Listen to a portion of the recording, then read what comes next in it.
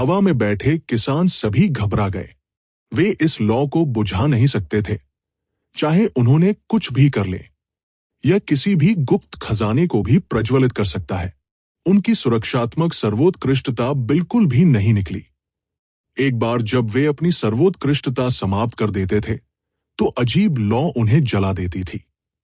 उनमें से माधव सबसे बदकिस्मत था। इससे पहले उन्हें चक्कर आ गया था। इससे पहले कि वो क्विंटेसेंस से अपने शरीर की रक्षा कर पाता, लौ ने उसके कपड़ों को जला दिया। उसके बाल और भौहें सभी जल गई थी। जैसे ही वो हवा में चिल्लाया, जब उसने देखा कि लौ को बुझाया नहीं जा सकता है, तो वो घबरा गया और नीचे दिव्य झरने में कूद गया। संयोग से माधव के दिव्य झरने में कूदने के बाद उसके शरीर पर लौ तुरंत गायब हो गई। हालांकि उसका पूरा शरीर तब तक जला दिया गया जब तक कि वह पूरी तरह से नग्न नहीं हो गया। उसके बाल चले गए थे, उसकी भौहें चली गई थी और यहां तक कि उसकी स्थानिक अंगूठी भी जल गई थी। उसके कपड़े भी सुनहरी रोशनी में जल गए थे। जल्द ही माधव का गंजा सिर दिव्य झरने में डूब गया। उसके पास बस कोई चेहरा नहीं बचा था। जब हवा में विभिन्न काश्तकारों ने देखा कि दिव्य वसंत का सुनहरी लौ पर चमत्कारी प्रभाव पड़ा है, तो वे सभी भी कूद पड़े। उन्होंने चमन चौधरी की ओर देखा और किसी ने उन्हें रोकने के लिए उड़ने की हिम्मत नहीं की। जब सभी ने सोचा कि कोई भी कदम उठाने की हिम्मत नहीं करेगा, तो एक सफेद आकृति हवा में उड़ गई और चमन चौधरी का रास्ता अवरुद्ध कर दिया। स्वाभाविक रूप से अर्जुन देव रॉक ऑफ ओरिजिन के लिए भी लड़ना चाहते थे। वह चमन चौधरी को इतनी आसानी से इसे दूर नहीं जाने देगा। उस परेशान स्वर्गीय लौ के लिए दूसरों के पास इससे निपटने का कोई तरीका नहीं हो सकता है, लेकिन अर्जुन देव कुछ हद तक आश्वस्त थे। इसके अलावा चमन चौधरी ने स्वर्गीय ज्वाला के 10वें हिस्से का इतना उपयोग किया था। बहुत कुछ नहीं बचा हो सकता है।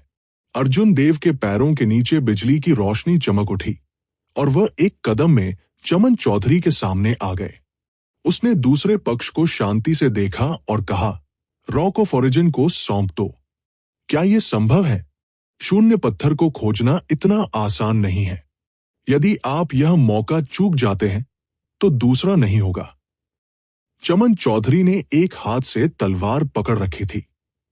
उसकी आंखों में सुनहरी लौ अंतहीन रूप से टिमटिमा रही थी, जो किसी भी क्षण फूटने के लिए तैयार थी। अर्जुन देव की बाएं और दाएं आंखों में बैंगनी रंग की रोशनी और एक सफेद रोशनी दिखाई दी। उन्होंने कहा, उस स्थिति में अपना कदम उठाएं। 2 साल तक आपको नहीं देखने के बाद मैं देखना चाहता हूं कि आप कितने बड़े हो गए हैं। चमन चौधरी ने शांति से मुस्कुराते हुए कहा, मुझे डर है कि मुझे आपको निराश करना पड़ेगा। मेरा सुधार तुम्हारा सुधार से कहीं अधिक है। मैंने आधे साल पहले प्रकाश और अंधेरे की इच्छा को समझा था। अंत में जो तुम्हें हराएगा वो अभी भी मैं ही रहूंगा। इसके अलावा मैंने स्वर्गीय लौ के 10वें हिस्से का आधा हिस्सा पहले ही समझ लिया है। क्या तुम अब भी मुझे ब्लॉक करने की हिम्मत करते हो? अर्जुन देव की अभिव्यक्ति शांत रही क्योंकि उन्होंने उदासीनता से जवाब दिया, मैं हिम्मत क्यों नहीं करूंगा? हुंश। चमन चौधरी ने अपनी तलवार से इशारा किया और उनकी आंखों में बची हुई सुनहरी लपटें निकल गई, जो 2 अग्नि ड्रैगन में बदल गई, जो अर्जुन देव पर दहाड़ने लगे। हवा में सरसराहट की आवाजें सुनाई दी। हर जगह फायर ड्रैगन गुजरे। उन्होंने पिच ब्लैक स्पेस के बड़े पैच पीछे छोड़ दिए, यहां तक कि हवा भी जल गई थी। ये किस तरह की लौ है? सौभाग्य से इस व्यक्ति को इसके बारे में ज्यादा समझ में नहीं आया। अगर उसके पास और अधिक होता तो उसे कौन रोक सकता था? स्वर्गीय वसंत में लोगों के समूह ने नजरों का आदान प्रदान किया। उन्होंने दुनिया में ऐसी अजीब लौ के बारे में कभी नहीं सुना था। ये एक स्वर्गीय लौ है, हालांकि ये कई वर्षों से खो गया है। इसके लिए फिर से इकट्ठा होना असंभव है। यदि ये एक पूर्ण स्वर्गीय लौ होती, तो ये एक छोटे विमान को भी जला सकती थी। लाल कपड़े पहने घोस्ट रेस गर्ल ने अर्जुन देव को हवा में देखा और बोलते हुए भौहें सिकोड़ ली। दूसरों की निगाहें अर्जुन देव का भी साथ नहीं छोड़ी। स्वर्गीय लौ का बस एक छोटा सा हिस्सा उनके लिए पहले से ही बहुत परेशानी भरा था। वे वास्तव में जानना चाहते थे कि जब अर्जुन देव ने इतनी सारी स्वर्गीय लपटों का सामना किया तो चकमा देने की हिम्मत क्यों नहीं की। अर्जुन देव घबराए नहीं। उसने अपना हाथ बढ़ाया और इशारा किया। प्रकाश की दो किरणें, एक बैंगनी और एक सफेद, जल्दी से उसकी आंखों से निकल आई। फिर उन्होंने एक दूसरे का पीछा किया और एक ताइजी यिन-यांग फ्लेम डायग्राम बनाया। यिन और यांग की दो विरोधी ताकतें ताइजी आरे के साथ पूरी तरह से विलीन हो गई।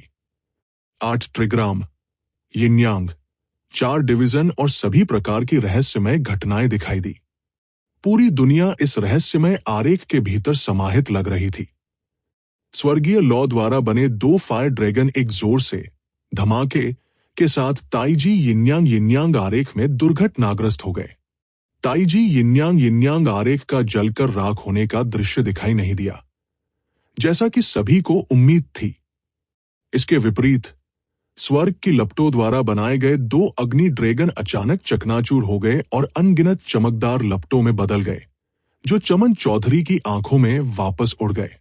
अर्जुन देव धीरे से मुस्कुराया। दरअसल ताइजी यिन-यांग फ्लेम आरेख स्वर्गीय अग्नि को रोक सकता है।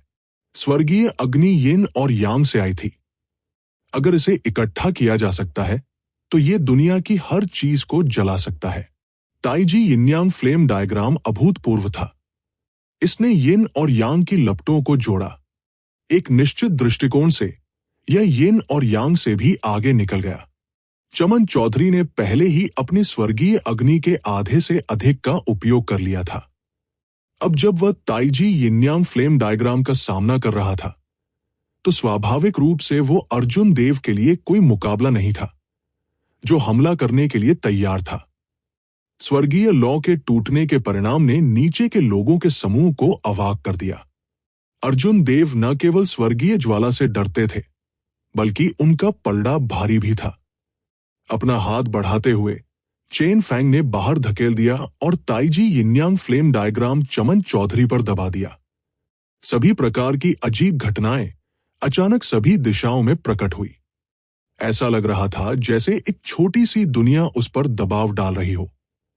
चमन चौधरी की आंखों में आश्चर्य चमक उठा, लेकिन उन्होंने जल्द ही प्रतिक्रिया व्यक्त की। प्रकाश और अंधेरे की इच्छाएं फिर से प्रकट हुई, क्योंकि वो एक अराजक तलवार क्यूई के साथ बाहर निकल गया, जो सोने और काले रंग का मिश्रण था। Bang bang. तलवार क्यूई बाढ़ की तरह थी, क्योंकि ये ताइजी यिन-यांग लौ आरेख पर लगातार प्रहार कर रही थी। आरेख पर धीरे धीरे दरारें दिखाई दी। आखिरकार स्वर्गीय लौ के खिलाफ जाने के बाद ताइजी यिन-यांग फ्लेम डायग्राम की ताकत में गिरावट आई थी। ये चमन चौधरी की दोहरी इच्छाओं द्वारा बनाई गई तलवार क्यूई का सामना करने में मुश्किल से सक्षम था।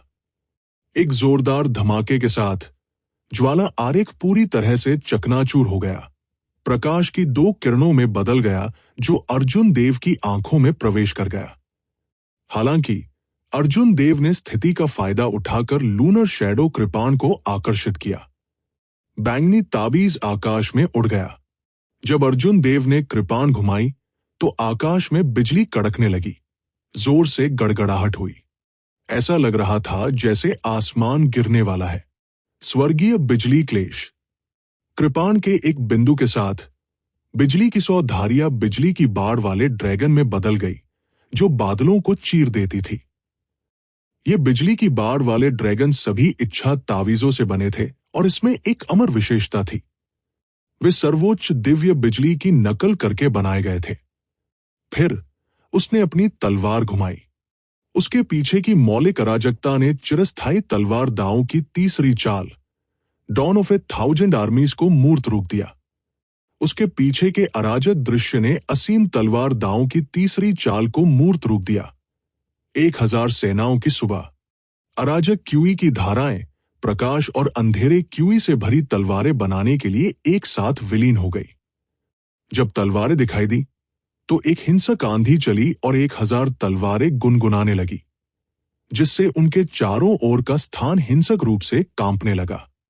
Spirit flame, heaven spirit, you spirit की तलवार और यांग क्यूई। 1000 तलवारें टार फाड़ गई और 1000 तलवारें। 10 तलवारें हवा में फट गई।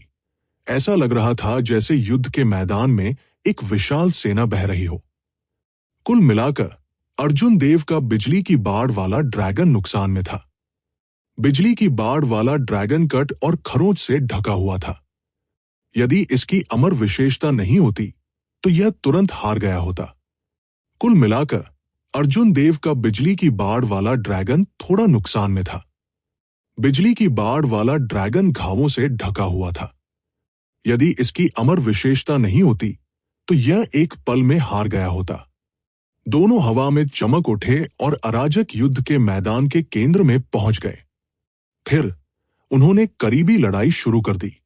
तलवार की रोशनी और कृपाण की रोशनी आपस में टकरा गई। हवा में अंतहीन रूप से बज रही थी। बिजली चमकी और गड़गड़ाहट हुई। प्रकाश और अंधेरा आपस में जुड़े हुए थे। जैसे ही दोनों ने तीव्रता से लड़ाई की, प्रकाश के दरवाजे पर लगी 100 मुहरें आखिरकार टूट गई। चमन चौधरी की अभिव्यक्ति गंभीर हो गई क्योंकि उसने जल्दी से एक काले जेड पेंडेंट को निगल लिया जो पहले से ही काफी कम हो गया था। क्या है? क्या है? जहां अर्जुन देव खड़े थे वहां 5 गहरे काले स्थानिक आंसू दिखाई दिए। स्थानिक आंसू फैल गए और आसानी से आसपास के बिजली की बाढ़ वाले ड्रैगन और तलवारों को पाउडर में कुचल दिया। हालांकि अर्जुन देव को अभी भी बहुत देर हो चुकी थी। चमन चौधरी ने जेड पेंडेंट निगलने के बाद उनका शरीर तुरंत शून्यता में बदल गया। विभिन्न जातियों के 5 सम्राट रुद्र कहीं से भी दिखाई दिए। जब उन्होंने चमन चौधरी को अपने हाथों से भागते हुए देखा तो उनके हाव भाव कुछ भद्दे हो गए। जैसे ही उन्होंने सील तोड़ी, उन्होंने तुरंत चमन चौधरी से आने वाली आसुरी दुनिया की आभा महसूस की। इसलिए उन्होंने एक कदम उठाने में संकोच नहीं किया, तुरंत अंतरिक्ष को अलग कर दिया। अप्रत्याशित रूप से चमन चौधरी फिर भी भागने में सफल रहे। जब 5 सम्राट रुद्र ने एक साथ काम किया तो वे एक अर्धऋषि को भी नहीं रोक सके। अगर इस बात की बात सामने आती है तो ये एक बड़ा मजाक होगा। देवता जाति सम्राट रुद्र ने कहा, अगर मैंने गलत नहीं देखा तो उसने एक शून्य जेड लटकन को निगल लिया जो एक शून्य पत्थर से बना था। अन्य 4 के भाव थोड़े बदल गए। राक्षस जाति सम्राट रुद्र ने अपनी आंखों में निडर आभा को दबा दिया। उन्होंने ठंडे स्वर में कहा, 1000 साल में भी शून्य पत्थर का एक छोटा सा टुकड़ा मिलना मुश्किल है। इसमें से जेड पेंडेंट बनाने में कितना प्रयास करना होगा। कोई आश्चर्य नहीं कि वह भक्षण करने वाले गठन से बच सकता था और हमारे हाथों से बच सकता था। ऐसा लग रहा था कि एक शून्य पत्थर की उत्पत्ति बहुत अच्छी थी। हालांकि उन्हें नहीं पता था कि चमन चौधरी ने इसे कैसे प्राप्त किया। अर्जुन देव ने कुछ सोचा और कहा, सीनियर, जिस शून्य जेड पेंडेंट के बारे में उन्होंने बात की थी उसका ज्यादा असर नहीं हो रहा है। इसका रंग पहले ही काफी फीका पड़ चुका है। वो शायद दूर नहीं जा सकता। सुनहरे कवच में सफेद बालों वाले देवता जाति के बूढ़े व्यक्ति की अभिव्यक्ति बदल गई। उसने कहा, जल्दी से उसका पीछा करो। हमें इस बारे में सोचना चाहिए था। Devouring formation void Z pendant की अधिकांश ऊर्जा को समाप्त कर देगा। हूची, एक प्रकाश चमक उठा और 5 सम्राट रुद्र कहीं उड़ गए, सभी की दृष्टि से गायब हो गए। हालांकि अर्जुन देव ने अपना सिर थोड़ा हिलाया। उन्होंने नहीं सोचा था कि इन लोगों के पास चमन चौधरी को पकड़ने का ज्यादा मौका है।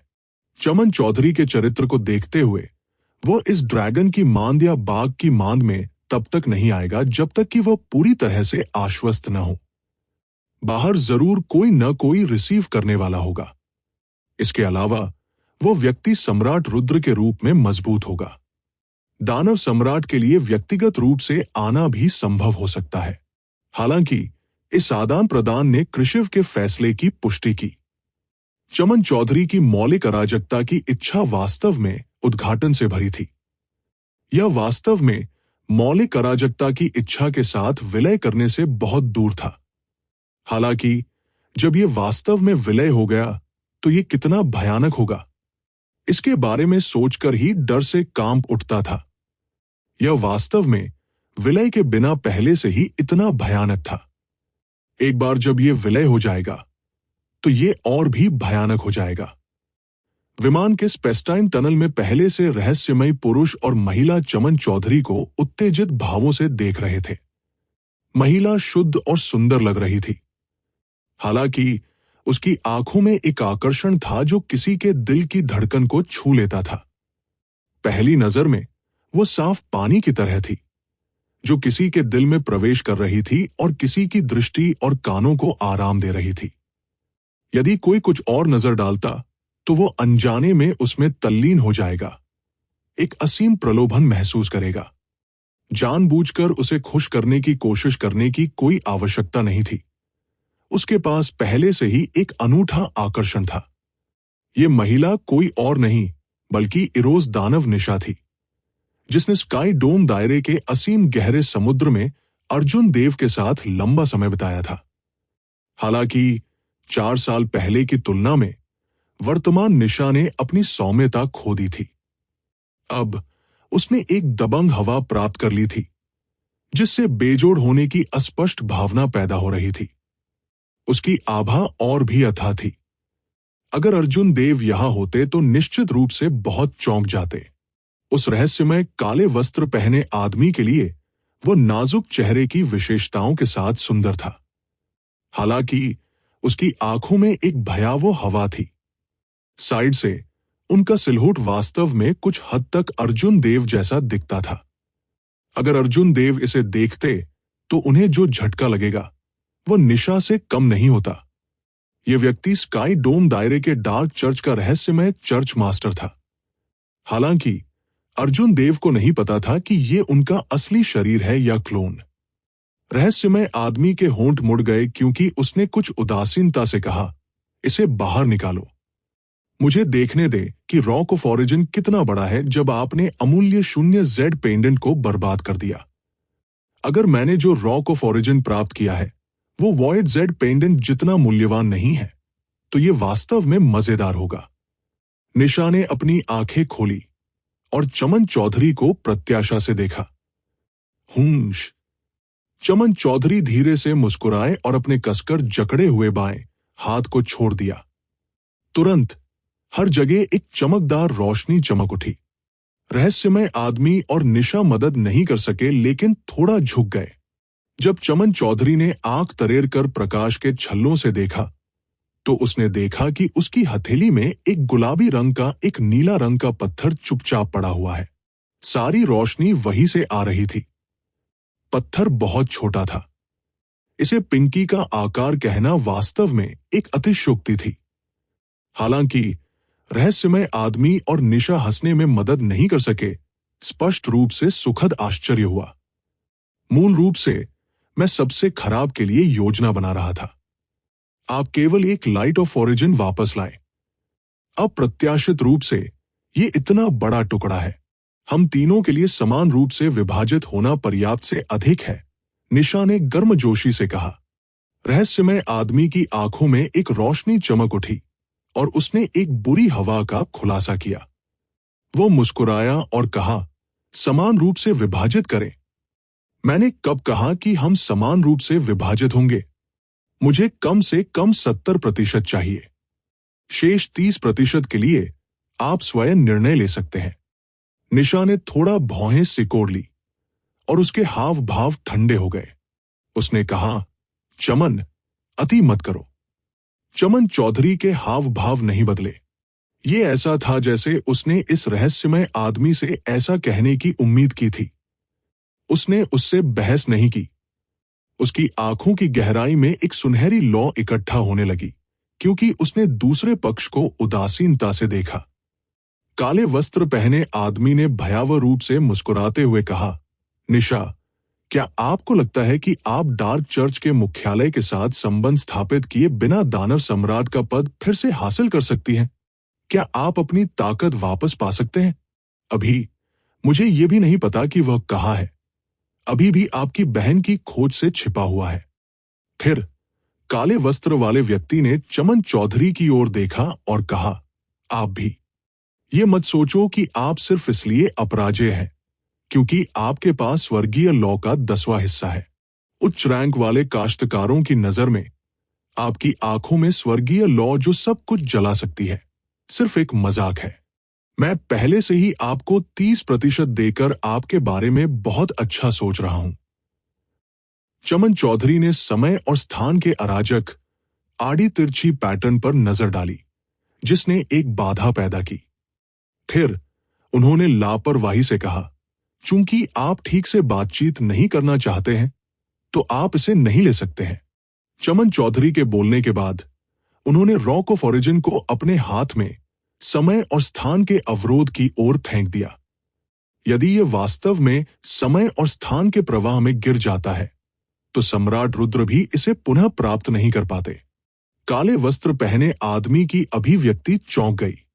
उसकी आकृति चमक उठी और इससे पहले कि रॉक ऑफ ओरिजिन ने बाधा को छुआ, उसने उसे एक बाल की चौड़ाई से पकड़ लिया। अंत में जब काले वस्त्र पहने आदमी ने इसे देखा तो उसे पता चला कि यह सिर्फ एक साधारण चट्टान थी। असली रॉक ऑफ ओरिजिन अभी भी चमन चौधरी के हाथ में थी। चमन चौधरी उसे देखकर अर्थपूर्ण रूप से मुस्कुरा रहे थे। काले वस्त्र पहने आदमी की आंखों में क्रोध चमक उठा। उसने उदास होकर कहा, मुझे कम से कम 50% चाहिए, अन्यथा कौन जानता है कि मेरे शरीर पर लगी सील को खोलने में कितना समय लगेगा। निशा ने कुछ देर सोचा और कहा, मुझे 30% चाहिए। अभी मेरी ताकत अभी अपने चरम पर नहीं है, अन्यथा मैं राक्षसी भगवान रक्त बलिदान के दौरान डार्क चर्च के मिशन को पूरा करने के लिए आश्वस्त नहीं रहूंगा। चमन चौधरी ने कहा, मैं तुम्हें 40% दूंगा। मुझे केवल 10% की आवश्यकता है। अगर मैं सभी स्टोन ऑफ ओरिजिन को दफन कर दूं तो मैं 2 वसीयत को मर्ज नहीं कर पाऊंगा। निशा थोड़ा अचंभित रह गई। फिर उसने कहा, धन्यवाद। कुनलुन पर्वत के ऊपर आकाश में पांचों सम्राट रुद्र ने एक दूसरे को देखा। हालांकि उन्हें अर्जुन देव का अनुस्मारक प्राप्त हो गया था और वे जितनी जल्दी हो सके चमन चौधरी का पीछा कर रहे थे, फिर भी उन्हें एक कदम बहुत देर हो चुकी थी। वे केवल एक प्लानर शटल फॉर्मेशन के रूप में असहाय रूप से देख सकते थे जिसे पहले से तैयार किया गया था। एक स्पेसटाइम चैनल खोला और चमन चौधरी को वापस भेज दिया। राक्षस जाति के सम्राट रुद्र ने आह भरी और कहा, अगला राक्षसी भगवान रक्त बलिदान बहुत दूर नहीं होगा। ये घटना सिर्फ एक प्रस्तावना है। मुझे आश्चर्य है कि वे किस डोमेन को लक्षित करेंगे और कितने दानव सम्राट आएंगे। बुशन पैलेस में मानव जाति के सम्राट रुद्र बहुत अच्छे नहीं लग रहे थे। देवता जाति के सम्राट रुद्र अपेक्षाकृत शांत थे। देवता जाति को राक्षसी भगवान रक्त बलिदान की चिंता नहीं थी। देवता जाति की वर्तमान ताकत के साथ वे देवता जाति को तब तक लक्षित नहीं करेंगे जब तक कि दानव जगत के लोग पागल न हों। हालांकि 5 जातियों के बीच समझौते के अनुसार उन्हें लोगों को अन्य डोमेन में भेजना था। उस समय यह अपरिहार्य था कि हताहतों की संख्या होगी। यह संभव था कि कुछ मार्शल सम्राट विशेषज्ञ गिर जाएंगे, इसलिए उन्हें तैयारी करनी पड़ी। चलो तितर बितर हो जाओ। शून्य पत्थर को खोजना इतना आसान नहीं है। भविष्य में इस तरह की घटनाएं दोबारा नहीं होंगी। स्टोन ऑफ ओरिजिन का वह हिस्सा नींव को प्रभावित नहीं करेगा। देवता जाति के सम्राट रुद्र ने इस मामले को समाप्त किया। जब अन्य 4 ने यह सुना तो उन्होंने खंडन नहीं किया। यह मामला न तो बड़ा था और न ही छोटा। चूंकि देवता जाति के सम्राट रुद्र ने यह कहा था, इसलिए यह स्पष्ट था कि वह इस मामले को कम महत्वपूर्ण तरीके से निपटना चाहते थे। अन्यथा यदि उनमें से 5 ने स्टोन ऑफ ओरिजिन की रक्षा की तो अगर कोई इसके बारे में हंगामा करता है तो अपनी जाति को समझाना मुश्किल होगा। चमन चौधरी की उपस्थिति ने कृशिव की मूल योजना को पूरी तरह से बाधित कर दिया। स्वाभाविक रूप से उन्हें भगाने की बात अनसुलझी रह गई थी। 4 घंटे के बाद सभी को स्टोन ऑफ ओरिजिन के संबंध में एक गैग ऑर्डर मिला। उन्हें ये बताने की अनुमति नहीं थी कि आज क्या हुआ था। अन्यथा उनकी स्थिति की परवाह किए बिना उन्हें कड़ी सजा दी जाएगी। स्वर्गीय ओज दिव्य वसंत का मामला यहीं समाप्त हो गया। पर्पल थंडर डिवाइन इंटेंटेशन के लाभ पर भरोसा करके अर्जुन देव वो व्यक्ति बन गए जिन्हें इस यात्रा से सबसे अधिक लाभ हुआ। भले ही ये कृशिव और भगवान की जाति की दिव्य महिला थी, लेकिन उन्होंने दिव्य वसंत से जो सार अवशोषित किया था वो अभी भी उसके द्वारा अवशोषित किए गए सार से कम था। चमन चौधरी के मामले पर मुहर लगा दी गई। हालांकि अर्जुन देव द्वारा 13 देवता जाति के अर्धऋषियों के संयुक्त आक्रमण को एक गर्जना के साथ चकनाचूर कर देने और कृषि का सामना करने की बात फैल गई, चाहे जानबूझकर या नहीं। किंग सम्राट के वंशजों के फिर से प्रकट होने की खबर तेजी से पूरे कुनलुन क्षेत्र में फैल गई। 10,000 साल पहले के मानव सम्राट के वंशज किंग सम्राट, जिन्होंने दुनिया भर में झाड़ू लगाने के लिए बुशिन पैलेस का नेतृत्व किया, कुनलुन क्षेत्र में फिर से प्रकट हुए। 10,000 साल बाद प्रतिभाओं के युग के दौरान एक दबंग तरीके से दिखाई दिए। इतिहास के पहिए घूम गए। क्या किंवदंती का वंशज फिर से उठेगा? ये कई लोगों की चर्चाओं का केंद्र बन गया। कुछ गुट जो कभी किंग सम्राट के दुश्मन थे, उन्होंने अर्जुन देव को भी अपनी निगरानी सूची में रखा। कई कट्टरपंथी गुटों ने अर्जुन देव पर कदम उठाने की भी तैयारी की। उदाहरण के लिए मानव जाति के 3 संप्रभु कुलीन कुल, जो किंग सम्राट से डरते थे, एक साथ एकत्र हुए और चर्चा की कि अर्जुन देव से कैसे निपटा जाए। हालांकि वे सभी सहमत थे। कुनलुन क्षेत्र, जो पहले से ही काफी अराजक था, सतह पर शांतिपूर्ण दिखाई दे रहा था, लेकिन अंतर्धाराएं और भी तीव्र लग रही थी। रॉक ऑफ ओरिजिन का एक छोटा सा टुकड़ा चोरी हो गया था और राक्षसी भगवान रक्त बलिदान आ रहा था। इसके अलावा प्रतिभाओं का युग किंग सम्राट के वंशजों की उपस्थिति के साथ मेल खाता था। 5 दौड़ों के बीच आंतरिक संघर्ष धीरे धीरे बढ़ रहा था। हर कोई राक्षसी भगवान रक्त बलिदान के सामने अपने कुलों की ताकत को मजबूत करना चाहता था। यह अनुमान लगाया जा सकता था कि 5 कुलों के बीच संसाधनों के लिए प्रतिस्पर्धा और अधिक तीव्र हो जाएगी। हालांकि फिलहाल इसका अर्जुन देव से कोई खास लेना देना नहीं है।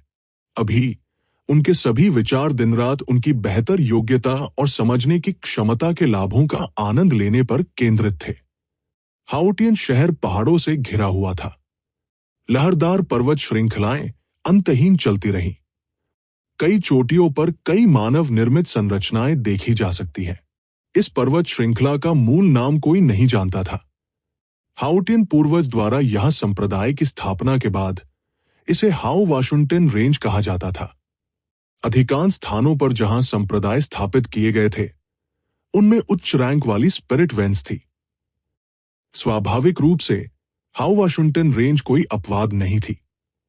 पवित्र आत्मा पर्वत श्रृंखला के अलावा, जिसका उपयोग हाउटियन संप्रदाय ने संप्रदाय की स्थापना के लिए किया था, कई अन्य पर्वत चोटियों में भी वर्षों से तारों वाले आकाश में संसाधन जमा करने के बाद उनके नीचे एक पीक स्पिरिट नस थी। इसने पूरी पर्वत श्रृंखला को और भी अधिक राजसी और राजसी बना दिया, जिससे स्वर्ग के रहस्य सामने आ गए। एक पीक स्पिरिट वैन बड़े पैमाने पर सुपीरियर ग्रेड स्पिरिट स्टोन्स का उत्पादन कर सकती है। कभी कभी ये कुछ पीक ग्रेड स्पिरिट स्टोन्स भी पैदा कर सकता है। यदि स्काई डोम दायरे में रखा जाता है तो कोई तुरंत स्वर्गीय कृपाण मंडप से भी बड़ा संप्रदाय स्थापित कर सकता है। हाउटियन संप्रदाय केवल आंतरिक संप्रदाय के बुजुर्गों को ऐसी पर्वत चोटी को पुरस्कृत करेगा जिन्होंने संप्रदाय में महान योगदान दिया था। किसे बड़ा योगदान माना जाता था? उदाहरण के लिए, संप्रदाय के शिष्यों के अभ्यास के लिए एक नई हेवन रैंक मार्शल तकनीक बनाना। उदाहरण के लिए, औषधीय गोलियों या लोहार को परिष्कृत करने में एक विशेष प्रतिभा होने से संप्रदाय को समर्थन की एक स्थिर धारा मिल सकती है।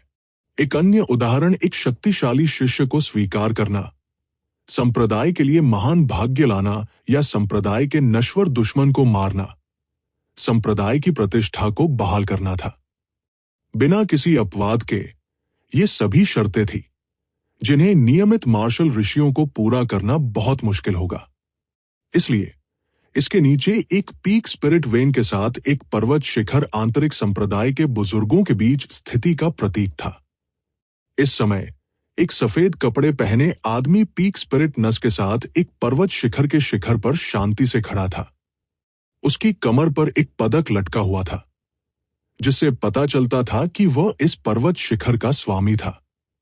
ठंडी हवा चली और कोई भी अपना हाथ बढ़ाकर एक सफेद बादल को पकड़ सकता था। ये सफेद कपड़े पहने हुए व्यक्ति कोई और नहीं बल्कि अर्जुन देव थे। हाउटियन पवेलियन ने अर्जुन देव को पीक स्पिरिट वेन के साथ इस पर्वत शिखर को देने के लिए एक अपवाद बनाया था। चाहे वो गर्वित पुत्र की रैंकिंग की पहली रैंक प्राप्त करना हो, संप्रदाय को महिमा प्रदान करना हो, या स्वर्गीय उस दिव्य वसंत में भिगोना हो, संप्रदाय को व्यावहारिक लाभ पहुंचाना हो, अर्जुन देव इस पर्वत शिखर के योग्य थे। चाहे वह स्वर्गीय उस दिव्य झरने में भिगोना हो या संप्रदाय को उनके द्वारा लाए गए व्यावहारिक लाभ, अर्जुन देव इस पर्वत शिखर के योग्य थे।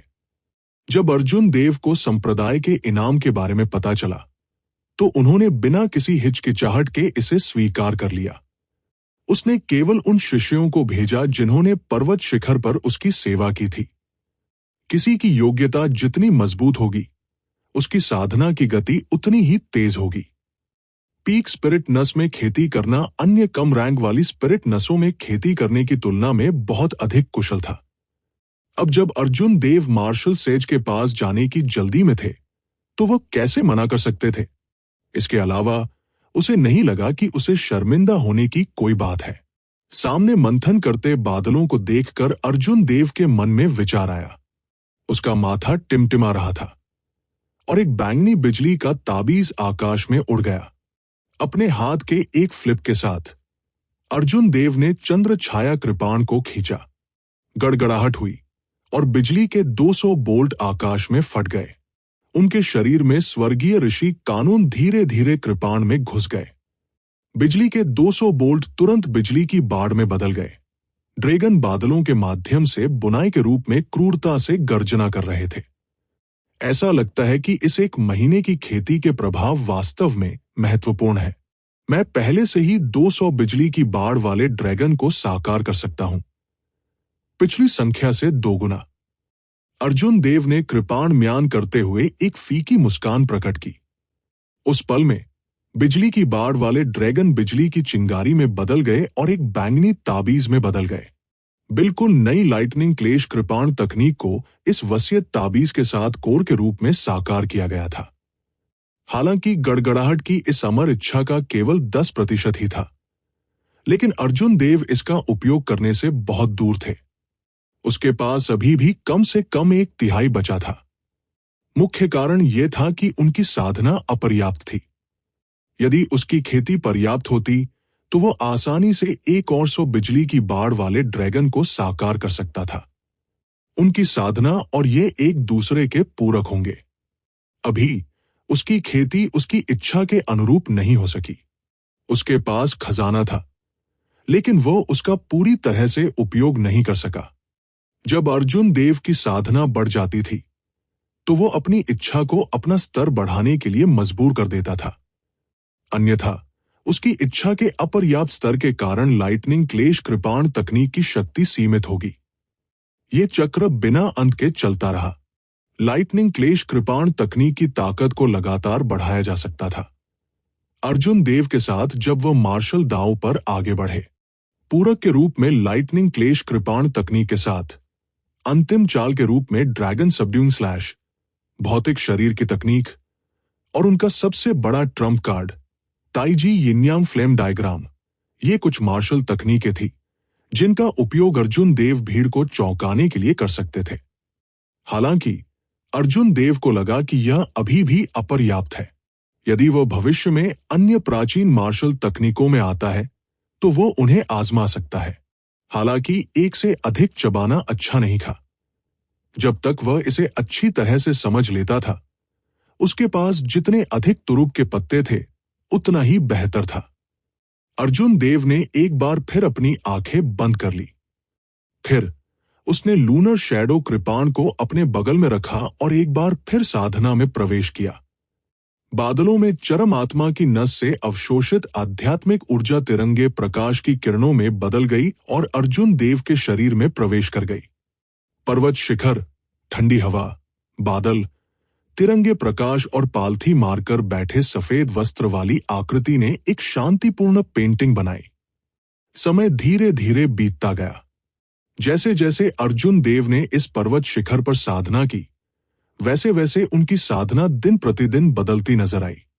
उनकी योग्यता को मजबूत करने के लाभ इस समय पूरी तरह से सामने आए थे। अर्जुन देव की साधना की गति पहले की तुलना में दोगुनी से भी अधिक तेज थी। बेशक ये उस स्पिरिट वेन के उच्च ग्रेड के कारण भी था जिसे उसने अवशोषित किया था। यदि ये एक कमजोर स्पिरिट नस होती तो ऐसा भयानक प्रभाव नहीं होता। धुंधलापन के बीच अर्जुन देव के मन में ऋषियों का वह द्वार तेजी से स्पष्ट हो गया। दरवाजा पहले से ही धीरे से खुला हुआ था और भीतर से प्रकाश की किरणें बाहर आ रही थी। एक ऋषि की राजसी आवाज भी थी, जो महान दांव की घंटी की तरह लग रही थी, जो लगातार बज रही थी। जब तक कोई ऋषियों के इस दरवाजे को धक्का देता है, तब तक वह मृत्यु दर को पार करते हुए मार्शल ऋषि की ओर बढ़ने में सक्षम होगा। हालांकि इस कदम को 90% काश्तकारों ने अवरुद्ध कर दिया था। यह स्वर्ग पर चढ़ने जितना कठिन था। खेती करते समय समय की कोई अवधारणा नहीं थी। अज्ञात समय के बाद अर्जुन देव के दिल की धड़कन रुक गई। अचानक उसे पता चला कि उसकी खेती अटक गई थी। छलांग और सीमा से आगे बढ़ने की भावना चली गई थी। एक दिन तक खेती करने के बाद उनकी वृद्धि सीमित थी। हालांकि अर्जुन देव चौंक नहीं पाए। इसके बजाय वो आनंदित हुआ। आधे ऋषि की अड़चन आखिरकार आ गई थी। अब उनकी साधना अंततः चरम पर पहुंच गई थी। अचानक अर्जुन देव ने अपनी आंखें खोली और उनमें एक उज्जवल प्रकाश चमक उठा। उसने अपना हाथ बढ़ाया और लूनर शैडो कृपाण को अपने बगल में खींच लिया। फिर उसने उसे म्यान से बाहर निकाला। बिजली की रोशनी चमकने के बाद बादलों में खेलते हुए 300 क्रूर बिजली की बाढ़ वाले ड्रैगन आकाश से उतरे। जैसे ही उन्होंने अपने नुकीले और पंजे को उघाड़ते थे, उन्होंने जो बिजली की रोशनी दी वो तेज कीमती कृपाण की तरह थी। अर्जुन देव ने चंद्र छाया कृपाण को पकड़ लिया और पर्वत शिखर से नीचे कूद गए। फिर उसने लगभग 5 किलोमीटर सामने एक सुनसान पहाड़ पर हमला किया। स्वर्गीय बिजली क्लेश। अर्जुन देव के क्रोध को महसूस करते हुए बिजली की बाढ़ वाले ड्रैगन कृपाण की ओर बढ़ गए। 3 किलोमीटर ऊंची पर्वत चोटी अचानक एक कर्कश ध्वनि के साथ पाउडर में फट गई। बिजली की रोशनी चमकी और पाउडर को कुछ भी नहीं में चकनाचूर कर दिया। 3 किलोमीटर ऊंचे पर्वत का आधा हिस्सा अर्जुन देव की आंखों के सामने से ही गायब हो गया। पहाड़ का केवल आधा हिस्सा, जो वीरानी से भरा था, अकेला खड़ा था। जैसे ही वो हवा में खड़े थे, अर्जुन देव ने गहरी सोच में प्रवेश किया। उन्होंने महसूस किया कि वसीयत ताबीज में अभी भी कुछ शक्ति बची है। हालांकि उनकी खेती पहले ही एक अड़चन तक पहुंच चुकी थी। चाहे कुछ भी हो, वह इसका उपयोग नहीं कर पाएगा। 300 बिजली की बाढ़ ड्रैगन पहले से ही सबसे बड़ी ताकत थी, जिसे लाइटनिंग क्लेश कृपाण तकनीक बाहर ला सकती थी। अभिमा, मैं कितने समय से बंद दरवाजों की खेती में हूं? अर्जुन देव ने अमर आत्मा की अंगूठी में अभिमा से पूछा, जब वो अपनी कृपाण म्यान कर पर्वत शिखर पर उतरा। अभिमा ने अपनी उंगलियों पर भरोसा किया और जवाब दिया, लगभग 3 महीने। यह सुनने के बाद अर्जुन देव मदद नहीं कर सके, लेकिन अजीब हो गए। कुनलुन पर्वत से लौटने में बिताए गए समय को जोड़ते हुए वो लगभग 4 महीने था। राहुल ने अर्जुन देव से कहा कि ब्रेकिंग सेज पिल और अन्य मुख्य सामग्री को पूरा करने के लिए उन्हें केवल 2 महीने की आवश्यकता है। हालांकि इतने दिन बाद भी कोई खबर नहीं आई थी। क्या ऐसा हो सकता है कि कोई दुर्घटना हुई हो? सैंड ब्रेकिंग पिल उनके पहले से संत बनने की कुंजी थी। सामान्य परिस्थितियों में अगर उसके पास सैंड ब्रेकिंग पिल नहीं होती तो वह मर जाता। ब्रेकिंग सेज पिल के बिना अर्जुन देव 2 साल के संचय के बिना इस बाधा को दूर नहीं कर पाएंगे। मुझे उम्मीद है कि कुछ नहीं हुआ, अन्यथा मैं केवल पर्पल थंडर डिवाइन इंटेंटेशन को पहले से ही आगे बढ़ा सकता हूं। अर्जुन देव ने अपने विचारों को इकट्ठा किया और बिजली की रोशनी उनके पैरों के नीचे कूद गई। कुछ चमक के साथ वो पहाड़ पर एक आंगन में पहुंचा। अप्रत्याशित रूप से एक सुपीरियर ग्रेड मार्शल मोनार्क हाउटियन संप्रदाय का शिष्य आंगन के सामने चुपचाप खड़ा था। ऐसा लग रहा था कि ये व्यक्ति लंबे समय से यहां है। जब उन्होंने अर्जुन देव को आते देखा तो उन्होंने एक सम्मानजनक अभिव्यक्ति प्रकट की। उन्होंने कहा, आंतरिक संप्रदाय के शिष्य अनिरुद्ध ने वरिष्ठ भाई अर्जुन को नमस्कार किया। इस समय अर्जुन देव हाउटियन संप्रदाय में एक किंवदंती की तरह थे। कई शिष्यों के दिलों में उनकी स्थिति उनकी पहली वरिष्ठ बहन से भी आगे निकल गई। इस व्यक्ति के चेहरे पर सम्मानजनक भाव वास्तविक थे। यह विशेष रूप से तब था जब उन्होंने अर्जुन देव के निराकार दबाव को महसूस किया। उसने कोई अनादर दिखाने की हिम्मत नहीं की। कुछ देर सोचने के बाद अर्जुन देव को इस शख्स की याद नहीं आई। उसने शांति से कहा, क्या तुम मुझे कुछ ढूंढ रहे हो, या आप यहां उस वरिष्ठ के लिए एक संदेश देने के लिए हैं? अनिरुद्ध ने मुस्कुराते हुए कहा, वरिष्ठ भाई अर्जुन देव का अनुमान बहुत सटीक है। मैं यहां अपने गुरु के लिए एक संदेश देने के लिए हूं। उसने कहा कि उसे वो वस्तु मिल गई जो आपने मांगी थी। अर्जुन देव ने कुछ देर सोचा और याद किया कि क्या हो रहा था। उन्होंने कहा, आपका गुरु आंतरिक संप्रदाय का पिल पवेलियन का एल्डर तन्मय है ना? अनिरुद्ध ने सिर हिलाया और कहा, वो मेरा मालिक है। वरिष्ठ भाई अर्जुन देव ने मेरे गुरु से येलो ट्यून ग्रास और गोल्डन सन गनोडर्मा पर नजर रखने के लिए कहा। अगर बड़े भाई के पास समय है तो आप जाकर उन्हें ले सकते हैं।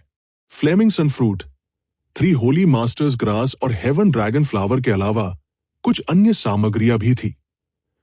यद्यपि उन्हें इन 3 मुख्य सामग्रियों के रूप में ढूंढना उतना कठिन नहीं था और सार्वजनिक नीलामी के बाहर नहीं पाया जा सकता था, फिर भी उन्हें खोजना मुश्किल था। अर्जुन देव की ऊर्जा को देखते हुए अगर वह उन्हें खोजने में समय लगाते तो उन्हें काफी समय लग जाता। परेशानी से बचने के लिए अर्जुन देव ने वैदेही को कुछ तार खींचने के लिए कहा और इस मामले को गोली रिफाइनिंग हॉल के एक बुजुर्ग को सौंप दिया।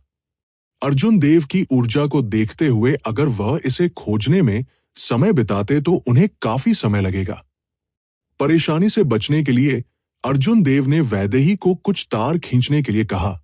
इस मामले को गोली रिफाइनिंग रूम के एक बुजुर्ग को सौंप दिया। इस बुजुर्ग का नाम तन्मय था। वह एक शिखरहीन ग्रेड मार्शल ऋषि थे। कीमिया में उनकी उपलब्धियां काफी अधिक थी। उन्होंने कुछ उच्च रैंक वाली औषधीय गोलियों का भी आविष्कार किया था। इस एल्डर के पास एक चोटी भी थी जिसने पीक स्पिरिट नस को दबा दिया था। वहां सैकड़ों शिष्य और हजारों सेवक थे, जिनमें से सभी ने उनकी आज्ञाओं को सुना। बहुत धन्यवाद। मैं अभी अभी बंद दरवाजे की खेती से बाहर आया हूं। थोड़ी देर आराम करने के बाद मैं व्यक्तिगत रूप से एल्डर तन्मय से मिलने जाऊंगा। अर्जुन देव ने अनुमान लगाया कि यह व्यक्ति पहले से ही लंबे समय से इंतजार कर रहा था। उसे बहुत खेद हुआ, इसलिए उसने दूसरे पक्ष को कृतज्ञता के एक छोटे से प्रतीक के रूप में 10,000 सूक्ष्म सिक्के दिए। वु चेन ने मुस्कुराते हुए अर्जुन देव के कृतज्ञता के प्रतीक को स्वीकार करने से पहले इसे थोड़ी देर के लिए टाल दिया। एक संदेश को पारित करने के लिए 10,000 सूक्ष्म सिक्के प्राप्त करना एक बड़ा सौदा था। जब अर्जुन देव आंगन में पहुंचे तो उन्होंने सबसे पहले अपने लिए पके हुए भोजन की एक मेज तैयार की। उसके बाद उसने स्नान किया और देर नहीं लगाई, सीधे उस चोटी पर पहुंच गया जहां एल्डर तन्मय थे। ये भी एक चोटी थी, लेकिन एल्डर तन्मय की चोटी को बहुत अच्छी तरह से बनाए रखा गया था। ये पहाड़ पर बनाया गया था और इसने चोटी की समग्र सुंदरता को खराब नहीं किया था। विभिन्न इमारतों में आंकड़े देखे जा सकते थे। कुछ बातें कर रहे थे, कुछ हड़बड़ी में इधर उधर घूम रहे थे और कुछ चालों का आदान प्रदान कर रहे थे। अर्जुन देव ने अपने शिखर के बारे में सोचा। इसकी तुलना में ये एक बंजर पहाड़ की तरह था।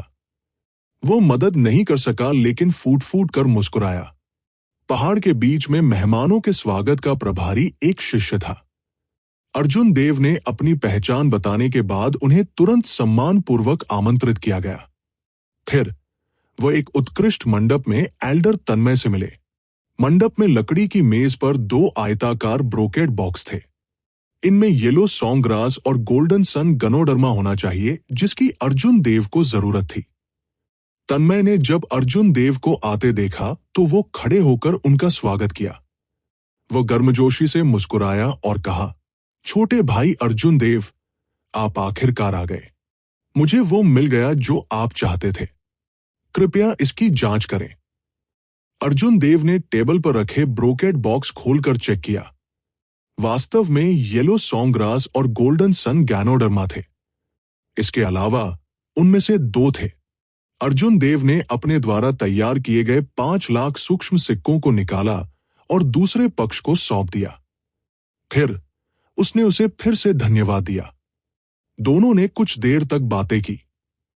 एल्डर तन्मय ने लापरवाही से येलो सॉन्गग्रास और गोल्डन सन गनोडर्मा के प्रभावों के बारे में पूछा, जिसकी अर्जुन देव को आवश्यकता थी। हालांकि अर्जुन देव ने इसे लापरवाही से खारिज कर दिया। तन्मय ने ज्यादा नहीं पूछा। हालांकि जब अर्जुन देव जाने वाले थे तो उन्होंने कुछ और ही बताया। उन्होंने कहा, अर्जुन देव, क्या आपके पास अगले 2 महीनों में कोई खाली समय है? इस बूढ़े आदमी को आपसे कुछ पूछना है। अर्जुन देव को आश्चर्य हुआ। उन्होंने कहा, एल्डर तन्मय, ये क्या है? आप मुझे पहले क्यों नहीं बताते? तन्मय ने मेज पर रखी चाय का प्याला उठाया और एक घूंट लिया। फिर उन्होंने कहा, मैंने सुना है कि आपके पास कुनलुन पर्वत में एक अजीब मार्शल तकनीक थी जिसने स्वर्गीय लौ को अवरुद्ध कर दिया था। अधिकांश लोगों को स्वर्गीय ओस दिव्य वसंत में चमन चौधरी के प्रकट होने के बारे में पता नहीं होगा। हालांकि अभेद्य दीवार जैसी कोई चीज नहीं थी। तन्मय की स्थिति को देखते हुए उसके लिए अंदर की कहानी जानना अजीब नहीं था। अर्जुन देव के हाव भाव नहीं बदले। वो मुस्कुराया और कहा, मैं सिर्फ भाग्यशाली था। अफवाहें अतिरंजित थी। तन्मय मंद मंद मुस्कुराते हुए कहा, विनम्र होने की कोई आवश्यकता नहीं है। मैं अच्छी तरह से जानता हूं कि यह भाग्य था या नहीं। सबसे पहले मैं आपको अपने बारे में बताता हूं। हालांकि ये बूढ़ा आदमी कीमिया पर ध्यान केंद्रित करता है, लेकिन मेरी साधना और युद्ध कौशल उसी रैंक के मार्शल ऋषियों की तुलना में बहुत कमजोर नहीं है। मैं शेख ही बढ़ा नहीं रहा हूं। कुछ तरीकों का उपयोग करते हुए कुछ मेडल ग्रेड मार्शल ऋषि मेरे हाथों मारे गए हैं। आमतौर पर जब ये बूढ़ा आदमी मुक्त होता है तो मैं कुछ अच्छे दोस्तों के साथ अनुभवात्मक प्रशिक्षण पर निकलूंगा। अर्जुन देव के दिल की धड़कन रुक गई। उसने इस बूढ़े आदमी को एक सार्थक रूप दिया। यह व्यक्ति निश्चित रूप से एक राक्षसी प्रतिभाशाली साधक नहीं था। मार्शल ऋषि के रूप में लड़ने के लिए लोगों को पार करना निश्चित रूप से इतना आसान नहीं था। तन्मय ने जो कहा वो सच था, तो वो वास्तव में अपनी ताकत छिपा रहा था।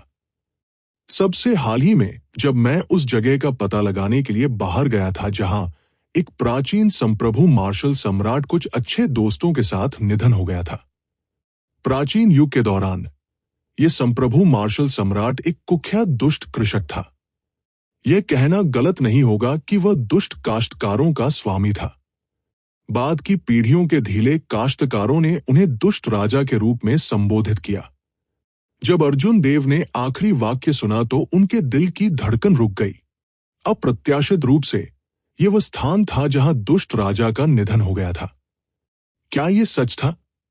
हालांकि अर्जुन देव की मानसिक स्थिति आम लोगों से कहीं अधिक थी। उसने केवल हल्का झटका दिखाया।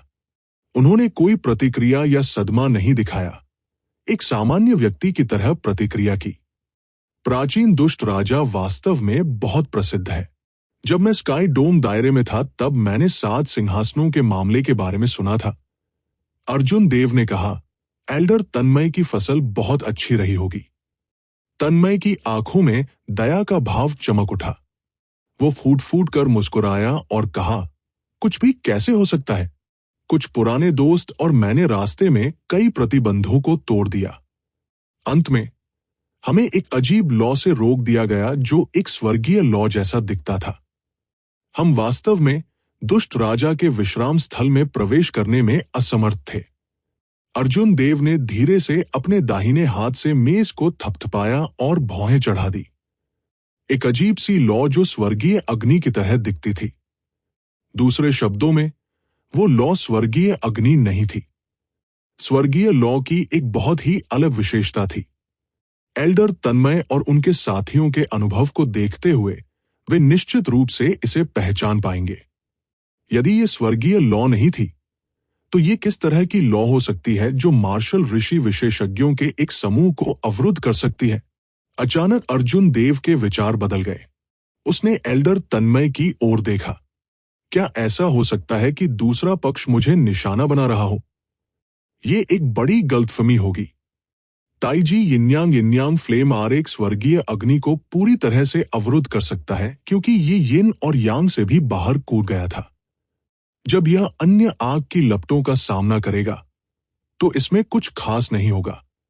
यदि ये एक लॉ होती जिसे एक चोटी अवरग्रेड मार्शल ऋषि भी नहीं बुझा सकता था, तो वह ऐसा नहीं कर पाता।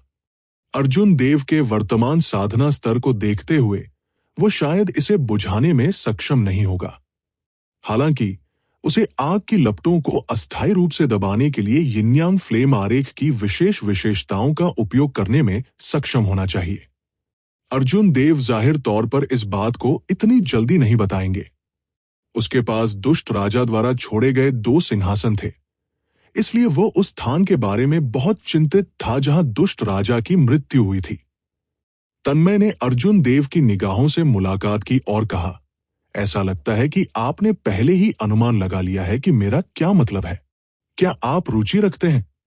यदि आप हैं, तो आप दुष्ट राजा द्वारा छोड़े गए खजाने का एक हिस्सा प्राप्त कर सकते हैं। अर्जुन देव को जवाब देने की जल्दी नहीं थी। उसने पूछा, क्या आप सुनिश्चित हैं कि ये वो स्थान है जहां दुष्ट राजा का निधन हुआ था? तन्मय ने कहा, मुझे 100% यकीन है। इस बार सर्जक उस संप्रदाय का वंशज है जिसकी स्थापना दुष्ट राजा ने की थी। हालांकि यह संप्रदाय अब अपना नाम नहीं बना पा रहा है। यह प्राइमल कैओस डोमेन में एक तूफान के बीच में है और किसी भी समय ढह सकता है। अगर ये इस तथ्य के लिए नहीं होता कि संप्रदाय नष्ट होने वाला है, तो मेरा पुराना दोस्त हमारे पूर्वजों की शिक्षाओं के खिलाफ नहीं जाता और हमारे पूर्वजों के विश्राम स्थल को परेशान नहीं करता। एल्डर तन्मय 200 साल से अधिक उम्र के थे। वह कोई ऐसा व्यक्ति नहीं था जिसे आसानी से मूर्ख बनाया जा सके। चूंकि उन्होंने ऐसा कहा था, इसलिए ये वह स्थान होना चाहिए जहां दुष्ट राजा का निधन हो गया था। हालांकि खजाने की खोज के लिए पुरानी पीढ़ी के काश्तकारों के एक समूह के साथ जाना सिरदर्द था। लोगों के इस समूह की खेती शायद एल्डर तन्मय के समान ही थी। यहां तक कि मेडियल ग्रेड मार्शल ऋषि भी हो सकते हैं। अब जब अर्जुन देव की साधना में सुधार हो गया था, तो वह शायद खुद को एल्डर तन्मय से बचा सकता था। हालांकि वह मेडियल ग्रेड मार्शल सेज के खिलाफ एक मौका नहीं खड़ा करेगा। यदि वह मेडियल ग्रेड मार्शल ऋषि धन को देखकर लालची हो जाता है, तो यह समस्याग्रस्त होगा। अर्जुन देव को विश्वास नहीं था कि एल्डर तन्मय अकेले स्थिति को संभाल सकते हैं। अर्जुन देव ने इन विचारों को अभी के लिए एक तरफ रख दिया। उन्होंने जवाब दिया, ईमानदारी से कहूं तो मेरे पास अपनी आस्तीन में कुछ तरकीबें हैं। मुझे इस लॉ को अस्थायी रूप से सील करने में सक्षम होना चाहिए। हालांकि मुझे पूरी तरह से विश्वास नहीं है कि मैं ये कर सकता हूं। तन्मय ने हाथ लहराया और कहा, यह कोई समस्या नहीं है। अपनी पिछली विफलता के बाद हम इस लॉ को अपने दम पर तोड़ने और फिर से प्रयास करने का तरीका तलाशने पर सहमत हुए।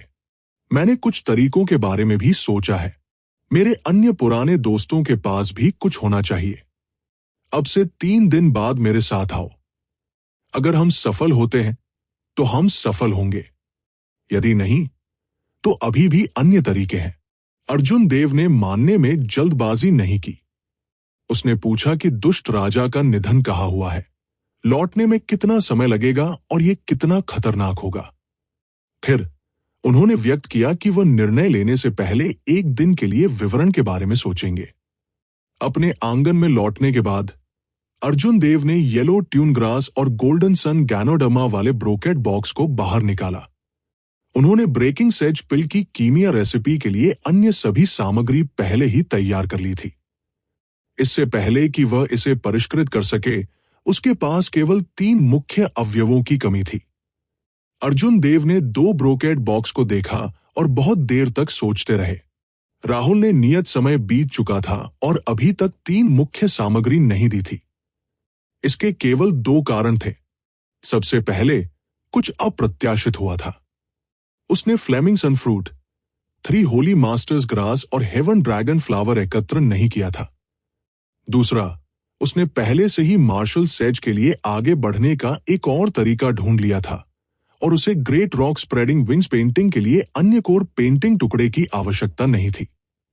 कारण चाहे जो भी हो, अर्जुन देव को आगे की योजना बनानी थी।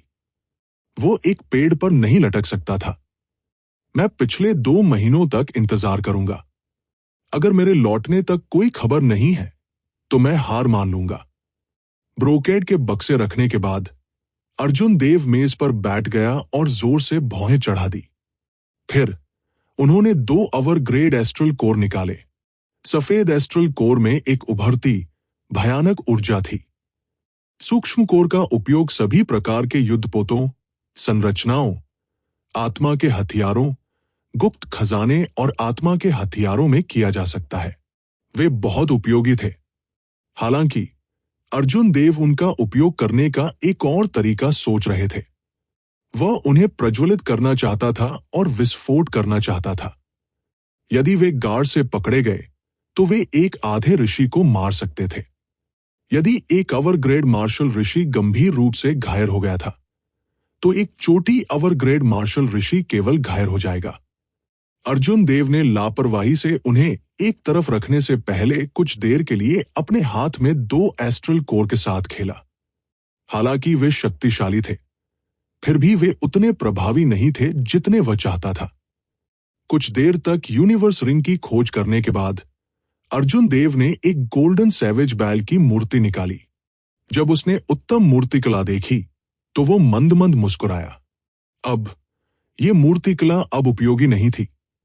एक विचार के साथ अर्जुन देव ने अपने शरीर में ऋषि ग्रेड पैगोडा को बाहर निकाला और मेज पर रख दिया। प्रारंभ में ऋषि ग्रेड शिवालय बहुत शक्तिशाली लग रहा था। हालांकि अब जब उसने इसका इस्तेमाल किया, तो वह समझ गया कि वे मार्शल ऋषि इस गुप्त खजाने को क्यों नहीं चाहते थे। ऋषि ग्रेड पैगोडा में बहुत कम स्वर्गीय ऋषि कानून थे और इसकी सुरक्षा बहुत मजबूत नहीं थी। अर्जुन देव ने कुछ देर सोचा और महसूस किया कि वह इस ऋषि ग्रेड शिवालय को संशोधित कर सकते हैं।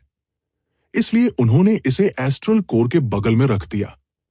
कुछ सोचने के बाद बिजली की लपटों से जलती हुई एक ताड़ की तलवार उड़ गई। अर्जुन देव ने अफसोस की अभिव्यक्ति का खुलासा किया। हालांकि उन्होंने अभी भी इसे गोल्डन सैवेज ऑक्स मूर्ति कला के बगल में रखा। इसकी खेती करने के बाद उसने इसका ज्यादा इस्तेमाल नहीं किया था, और जब उसने वास्तव में इसके बारे में सोचा, तो उसे एहसास हुआ कि इसका ग्रेड काफी ऊंचा नहीं था। अर्जुन देव, तुम क्या कर रहे हो? अभिमा ने अर्जुन देव की हरकतों को देखकर उत्सुकता से पूछा। अर्जुन देव ने यूनिवर्स रिंग को खोजना जारी रखा। उन्होंने सहज भाव से जवाब दिया, मैं कुछ चीजों की तलाश में हूं। मैं देखना चाहता हूं कि क्या कोई तुरुक का पत्ता है जिसका उपयोग मैं समय आने पर कर सकता हूं। फिर अर्जुन देव ने कहा, मुझे लगता रहता है कि एल्डर तन्मय ने हमें सब कुछ नहीं बताया। ईविल किंग का अंतिम विश्राम स्थल इतना आसान नहीं है। शायद। अर्जुन देव ने सिर हिलाया और कहा, शायद। हालांकि चाहे कुछ भी हो, मुझे दुष्ट राजा के नाम के कारण यात्रा करनी पड़ती है। इससे कोई फर्क नहीं पड़ता कि मैं कुछ भी प्राप्त नहीं कर सकता। मुझे 7 सिंहासनों का रहस्य प्राप्त करना होगा। अर्जुन देव ने सिर हिलाया और कहा, शायद। हालांकि चाहे कुछ भी हो, मुझे सिर्फ ईविल किंग शब्दों की वजह से यात्रा करनी पड़ती है। इससे कोई फर्क नहीं पड़ता कि मैं कुछ भी प्राप्त नहीं कर सकता। मुझे 7 सिंहासनों का रहस्य प्राप्त करना होगा। हालांकि अगर वो वास्तव में उन्हें मिला देता है तो वो बड़ी मुसीबत में पड़ जाएगा। मौलिक अराजकता की इच्छा के खिलाफ, जो महान दावों की सच्चाई के करीब थी, अर्जुन देव इसके लिए एक मुकाबला नहीं होगा। हालांकि अगर वो वास्तव में उन्हें मिला देता है तो वो बड़ी मुसीबत में पड़ जाएगा। मौलिक अराजकता की इच्छा के खिलाफ, जो महान दावों की सच्चाई के करीब थी, अर्जुन देव इसके लिए एक मुकाबला नहीं होगा। हालांकि अर्जुन देव जानते थे कि दूसरे पक्ष के लिए प्रकाश की इच्छा और अंधकार की इच्छा का विलय करना आसान नहीं होगा, लेकिन अगर वह सफल भी हो जाते हैं तो चमन चौधरी के सामने वे कुछ भी नहीं होंगे। सर्वश्रेष्ठ की आशा करें और सबसे बुरे के लिए योजना बनाएं। अर्जुन देव हमेशा से ऐसे ही रहे हैं, इसलिए उन्हें भविष्य में 7 सिंहासनों के विलय से बनने वाले चक्र की स्थिति का प्रयास करना पड़ा। अन्यथा वो मौलिक अराजकता की इच्छा का विरोध करने के लिए दूसरी इच्छा की इच्छा को पारित करने में सक्षम नहीं होगा। लंबे समय तक इधर-उधर घूमने के बाद अर्जुन देव ये जानकर कुछ हद तक निराश हुए कि व्यावहारिक रूप से कोई बाहरी वस्तु नहीं थी जिसे ट्रम्प कार्ड के रूप में इस्तेमाल किया जा सके। अरे! अचानक अर्जुन देव दंग रह गए। उन्हें यूनिवर्स रिंग के एक कोने में एक सरल और अलंकृत धातु का धनुष मिला। हैंडल पर सोल स्लेयर शब्द उकेरे गए थे। अर्जुन देव के हाव भाव बदल गए, जिससे खुशी की अभिव्यक्ति प्रकट हुई। वो धनुष को पकड़ने और उत्साह से बाहर निकलने के लिए इंतजार नहीं कर सकता था। अर्जुन देव ने लापरवाही से एक तीर ढूंढ लिया और उसे नोक दिया। उसके शरीर की सारी ऊर्जा एक बहती नदी की तरह उमड़ पड़ी। फिर उसने धीरे धीरे धनुष की डोरी को वापस खींच लिया। अप्रत्याशित रूप से कई साल पहले की जोरदार भावना अभी भी मौजूद थी। एक आकस्मिक मुक्के के साथ अर्जुन देव 1,06,00,000 किलोग्राम बल लगा सकता था। वह तुरंत धनुष की डोरी को पूर्णिमा के आकार में वापस नहीं खींच सका। यह कहावत की तरह लग रहा था, ताकत जितनी अधिक होगी उतनी ही अधिक शक्ति। अर्जुन देव ने अपनी आधी ताकत लगा दी। फिर उसने जाने दिया और तीर उड़ गया। हुंश! तीर की गति इतनी तेज थी कि उसने कोई छाया नहीं छोड़ी।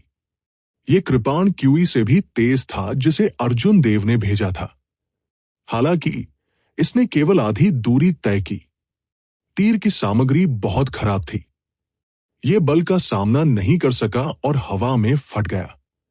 विस्फोट से सदमे की लहरें फैल गई और सामने का घना जंगल तुरंत धूल में बदल गया। अर्जुन देव के सामने एक खाली जगह दिखाई दी। आत्मा कातिलों को नीचे रखते ही अर्जुन देव के चेहरे पर मुस्कान दिखाई दी। वो खुद से बुदबुदाया, मुझे आखिरकार एक बहुत अच्छा तुरूप का पत्ता मिल गया। हालांकि मुझे पहली वरिष्ठ बहन से कुछ तीर मांगने होंगे, अन्यथा मैं उनका उपयोग नहीं कर पाऊंगा। आंगन में कमरे में लौटने के बाद अर्जुन देव को और कुछ नहीं मिला। फिर उसने कुछ सोचा। उसका हाथ चमक उठा और उसकी हथेली में एक शून्य प्रोजेक्शन पेंटिंग दिखाई दी। पेंटिंग में रक्तलाल कमल का फूल था। यह कोमल और सुंदर लग रहा था। एक मजबूत पैशाचिक आभा का अनुभव कर रहा था। यह प्राचीन क्रूर लौ स्कारलेट ब्लड फ्रॉस्ट फ्लेम के साथ एक जादुई खजाना था। बेशक ये एक प्रतीत ही न कि मूल की। निशा ने इस मैजिक ट्रेजर पर काफी मेहनत की थी। अर्जुन देव हमेशा से इसका इस्तेमाल करने के लिए अनिच्छुक रहे थे। अगर वह इस बार इसका उपयोग करने से बच सकते हैं तो अर्जुन देव ऐसा न करने की पूरी कोशिश करेंगे। जैसे ही अर्जुन देव ने इस पेंटिंग को देखा, वो निशा के चेहरे के बारे में सोचने से खुद को नहीं रोक सका। वह सोच रहा था कि ये इरोज दानव जो रहस्यों से भरा था, अब कहाँ है। उस समय निशा की आकर्षण तकनीक के बिना अर्जुन देव वास्तव में नरसंहार की स्थिति को समझ नहीं सकते थे। फिर अर्जुन देव ने मेज की ओर देखा और गोल्डन सैवेज बैल की मूर्ति के चारों ओर की सारी चीजें रख दी। उसका कोई फायदा नहीं था। फिर उसने धीरे धीरे अन्य चीजों का जायजा लिया। 2 अवरग्रेड सूक्ष्म कोर थे। वे बहुत मजबूत थे, लेकिन उन्हें अभी भी परिष्कृत करने की आवश्यकता थी। उनके स्वर्गीय नियमों में कोई आक्रामक शक्ति नहीं होगी। हालांकि ऋषि ग्रेड शिवालय का कोई मूल्य नहीं था, लेकिन अर्जुन देव अभी केवल इस पर भरोसा कर सकते थे। इसे मजबूत करने के लिए उसे कुछ सूक्ष्म सिक्के खर्च करने होंगे। कठपुतली सांप बहुत मूल्यवान नहीं था, हालांकि इसमें जमीन में ड्रिल करने की क्षमता थी। शायद इसका चमत्कारी प्रभाव होगा। जहां तक 2 अवरग्रेड सूक्ष्म कोर का सवाल है, अर्जुन देव ने आत्मा को झकझोरने वाले तरीके से बपतिस्मा देने के लिए विल ताबीज का उपयोग करके पूरी रात बिताई। सोल स्लेयर बो महत्वपूर्ण खजानों में से एक महत्वपूर्ण खजाना था। एक बार जब अर्जुन देव ने संबंधित तीर प्राप्त कर लिए, तो ये एक तुरुप का पत्ता होगा जो शिखर अवरग्रेड मार्शल ऋषियों को रोक सकता था। वॉइड प्रोजेक्शन पेंटिंग में स्कारलेट ब्लड फ्रॉस्ट फ्लेम बहुत शक्तिशाली थी। हालांकि इसका उपयोग न करना बहुत खास और सबसे अच्छा था। अन्यथा अगर यह उजागर हो गया और दूसरों को पता चला कि यह एक जादू का खजाना था, तो वो बड़ी मुसीबत में पड़ जाएगा। ये वे तुरुप के पत्ते थे जिनका इस्तेमाल अर्जुन देव इस यात्रा पर कर सकते थे। उनमें से कुछ को परिष्कृत करने के लिए बहुत अधिक धन की आवश्यकता थी। वो अगले 2 दिनों तक अपने सूक्ष्म सिक्कों के साथ कंजूस नहीं हो सका। उन्होंने ऋषि ग्रेड पैगोडा को रिफाइनिंग पवेलियन के पवेलियन मास्टर को व्यक्तिगत रूप से अपग्रेड करने के लिए सौंप दिया। सोल स्लेयर बो के तीरों के लिए अर्जुन देव ने अपनी पहली वरिष्ठ बहन से सर्वोच्च रैंक वाला स्टार स्कार एरो प्राप्त किया। 10,000 सूक्ष्म सिक्के एक खरीद सकते हैं। अर्जुन देव ने 5 मिलियन सूक्ष्म सिक्के खर्च किए, संप्रदाय के स्टॉक को खाली कर दिया जो बेचा जा सकता था। अंतिम दिन अर्जुन देव आध्यात्मिक लकड़ी के एक टुकड़े पर कई चीजें उकेरने में कामयाब रहे जिसे उन्होंने खरीदा था। अंत में तन्मय से पहले अर्जुन देव को अधिक आत्मविश्वास महसूस हुआ। ये कैसा है छोटे दोस्त, क्या तुमने इस पर विचार किया है? तन्मय ने चेहरे पर मुस्कान के साथ पूछा। उसकी आंखों में प्रत्याशा का एक कठिन रूप चमक उठा। अर्जुन देव ने कोई सुख या दुख नहीं दिखाया। उसने सिर हिलाया और कहा, मैंने इसके बारे में सोचा है। मैंने जुआ खेलने का फैसला किया है। तन्मय ने खड़े होकर कहा, अच्छा, दरअसल ये ट्रिप काफी खतरनाक है। हालांकि बस हमारे पीछे चलो। आपको रास्ते में कुछ भी करने की जरूरत नहीं है। जब आप उस अजीब लॉ में भाग जाते हैं, तो आपको बस बाहर आने की जरूरत होती है। मुझे लगता है कि आपको ठीक होना चाहिए। तन्मय ने रैंक 3 औषधीय गोलियां निकाली और कहा, औषधीय गोलियों की इन 3 बोतलों को इस बूढ़े आदमी की ओर से छोटे दोस्त को एक ग्रीटिंग गिफ्ट माना जा सकता है। वे सभी शिखर रैंक 9 औषधीय गोलियां हैं। एक बोतल जहर को डिटॉक्सिफाई करती है, एक बोतल आंतरिक चोटों का इलाज करती है और एक बोतल बाहरी चोटों का इलाज करती है। उन सभी पर निशान है। अर्जुन देव ने मन ही मन शाप दिया।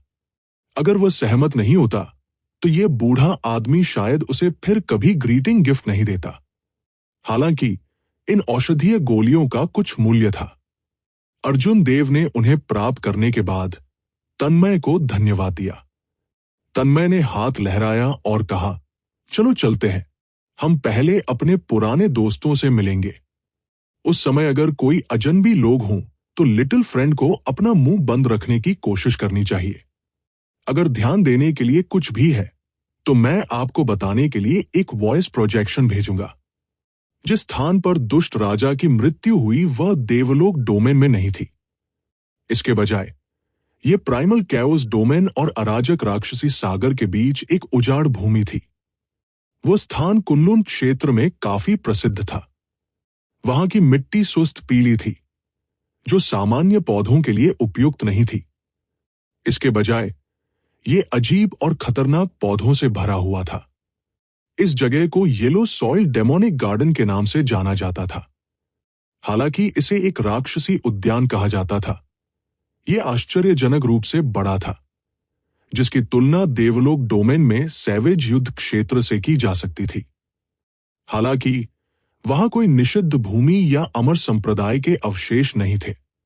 यह उन पौधों से भरा हुआ था जो लोगों को मारते थे। इन सभी पौधों में बुद्धि थी।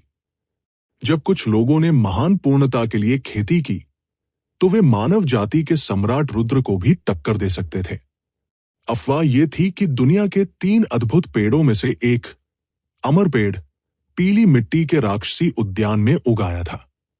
हालांकि यह सत्यापित करना कठिन था कि यह सच था या नहीं। कुछ लोगों ने दावा किया कि उन्होंने पौराणिक अमर वृक्ष को अपनी आंखों से देखा था। हालांकि जब सभी लोग उस स्थान पर पहुंचे जिसका उन्होंने उल्लेख किया था, तो उन्हें कुछ भी नहीं मिला। ऐसी चीजें अक्सर होती रहती थी। हालांकि जब वे वास्तव में पहुंचे, तो उन्हें कुछ भी नहीं मिला। अब भी कोई निष्कर्ष नहीं निकल रहा था। पीली मिट्टी के राक्षसी उद्यान में कई अन्य अजीब जगहें थी। उदाहरण के लिए, इसके 4 ऋतु अन्य स्थानों से बहुत अलग थे। 4 ऋतुएं हर 100 साल में केवल एक बार चक्र करती थी। जब शरद ऋतु आती थी, तो कई पौधों के फल पक जाते थे। ये प्राइमल कैओस डोमेन और अराजक राक्षसी सागर में रहने वाले मेरफॉक के कई काश्तकारों को उनकी खोज के लिए तट पर आने के लिए आकर्षित करेगा। पीली मिट्टी के राक्षसी उद्यान के ऊपर ऐसे तूफान थे जो पूरे वर्ष नहीं बिखरे थे। यदि काश्तकार उड़ना चाहते हैं, तो उन्हें बहुत अधिक ऊर्जा खर्च करनी होगी। यह व्यावहारिक रूप से असंभव था। वे केवल कुछ जोखिम उठा सकते थे और उड़ सकते थे। हालांकि इस राउंड ट्रिप में कम से कम आधा साल लगेगा। बेशक, अगर कोई सम्राट रुद्र जितना मजबूत होता, तो वह यहां नहीं होता। कोई बस अंतरिक्ष को फाड़ सकता है और जहां चाहे वहां जा सकता है। ऐसा राक्षसी उद्यान प्राइमल कैओस डोमेन और अराजक राक्षसी सागर के बीच एक प्राकृतिक बाधा बन गया, जिससे दोनों पक्ष दूसरे पर आक्रमण करने से बच गए। अराजक राक्षसी सागर के मेरफॉक अपनी क्रूरता के लिए प्रसिद्ध थे। प्राइमल कैओस डोमेन ने पूरे देवलोक डोमेन के सभी दुष्ट काश्तकारों और पागल लोगों को इकट्ठा किया। यदि यह राक्षसी उद्यान नहीं होता, तो दोनों गुट निश्चित रूप से लड़ते। एल्डर तन्मय अर्जुन देव को संप्रदाय के मध्य प्रांत में परिवहन गठन में ले आए। फिर उन्होंने परिवहन संरचना का उपयोग करने के लिए एक बड़ी राशि खर्च की, जो मध्य प्रांत को पूरे कुन्लुन क्षेत्र से प्राइमल कैओस डोमेन की सीमाओं पर एक शहर से जोड़ती थी। इन 2 परिवहन संरचनाओं ने लाखों किलोमीटर की दूरी तय की। इन परिवहन संरचनाओं के बिना कोई भी 3 से 5 साल तक उड़ान भरे बिना इस स्थान तक नहीं पहुंच पाएगा। इससे पहले कि अर्जुन देव प्राइमल कैओस डोमेन के दृश्यों की सराहना कर पाते, उन्होंने तन्मय के स्पिरिट बीस्ट में से एक पर सवार हो गए और बादलों के बीच से लगातार उड़ते हुए अपने रास्ते पर चलते रहे। 7 दिनों तक इस तरह उड़ान भरने के बाद वे प्राइमल कैओस डोमेन को छोड़ दिए और पीली मिट्टी के राक्षसी उद्यान से 50 किलोमीटर दूर एक उजाड़ पहाड़ पर रुक गए। थोड़ी देर इधर-उधर देखने के बाद एल्डर तन्मय ने एक जेड स्क्रॉल निकाला। उसके सामने छोटा सा जंगल गायब हो गया और उसके सामने एक गुफा दिखाई दी। अर्जुन देव भी जानते थे कि भ्रम कैसे बिछाना है। जब उन्होंने ये दृश्य देखा तो उन्हें ये अजीब नहीं लगा। हालांकि उनके सामने भ्रम का निर्माण कुछ हद तक उत्कृष्ट था, जो अर्जुन देव से कुछ और निगाहों को आकर्षित करता था। चलो अंदर चलते हैं। एल्डर तन्मय ने मोर्चा संभाला और प्रवेश किया। अर्जुन देव ने अपनी सतर्कता बनाए रखी क्योंकि वो पीछे से चल रहे थे। गुफा मुड़ गई और मुड़ गई। रास्ते में कई जाल टूट गए। अंत में वे एक पत्थर के कमरे में पहुंचे। अर्जुन देव मदद नहीं कर सके, लेकिन सोच सके इस गुफा में रहने वाला व्यक्ति वास्तव में सतर्क है। भ्रम संरचनाएं, सुरंगें और जाल हैं। अब जब वे पत्थर के कमरे में हैं, तो प्रवेश करने का कोई रास्ता नहीं है। एल्डर तन्मय द्वारा अपनी पहचान बताने के बाद पत्थर का दरवाजा धीरे धीरे खुल गया। झुर्रियों से भरे चेहरे और उदास टकटकी वाला एक बूढ़ा किसान बाहर चला गया। इस बूढ़े कल्टीवेटर ने एल्डर तन्मय को थोड़ा सिर हिलाया। फिर उसने अर्जुन देव को आकार दिया और भौहें चढ़ा दी। आप एक जूनियर को क्यों लाए? अरे, आप एक साधारण अर्धऋषि नहीं हैं। आपके स्वर्गीय ऋषि कानून कई अवर श्रेणी के मार्शल ऋषियों की तुलना में अधिक मोटे हैं। एल्डर तन्मय ने हाथ उठाया और कहा, चलो अंदर बात करते हैं। पत्थर के कमरे में प्रवेश करने के बाद एल्डर तन्मय ने उन्हें एक दूसरे से मिलवाया। अर्जुन देव, ये स्वर्गीय दुष्ट संप्रदाय के वर्तमान संप्रदाय गुरु वरिष्ठ कालराज हैं। उन्होंने ही इस ऑपरेशन की शुरुआत भी की थी। अर्जुन देव इस व्यक्ति की आभा के साथ सहज महसूस नहीं करते थे, इसलिए उन्होंने बस हल्के से सिर हिलाया और कुछ नहीं कहा। यह व्यक्ति एक मिडिल ग्रेड मार्शल ऋषि था।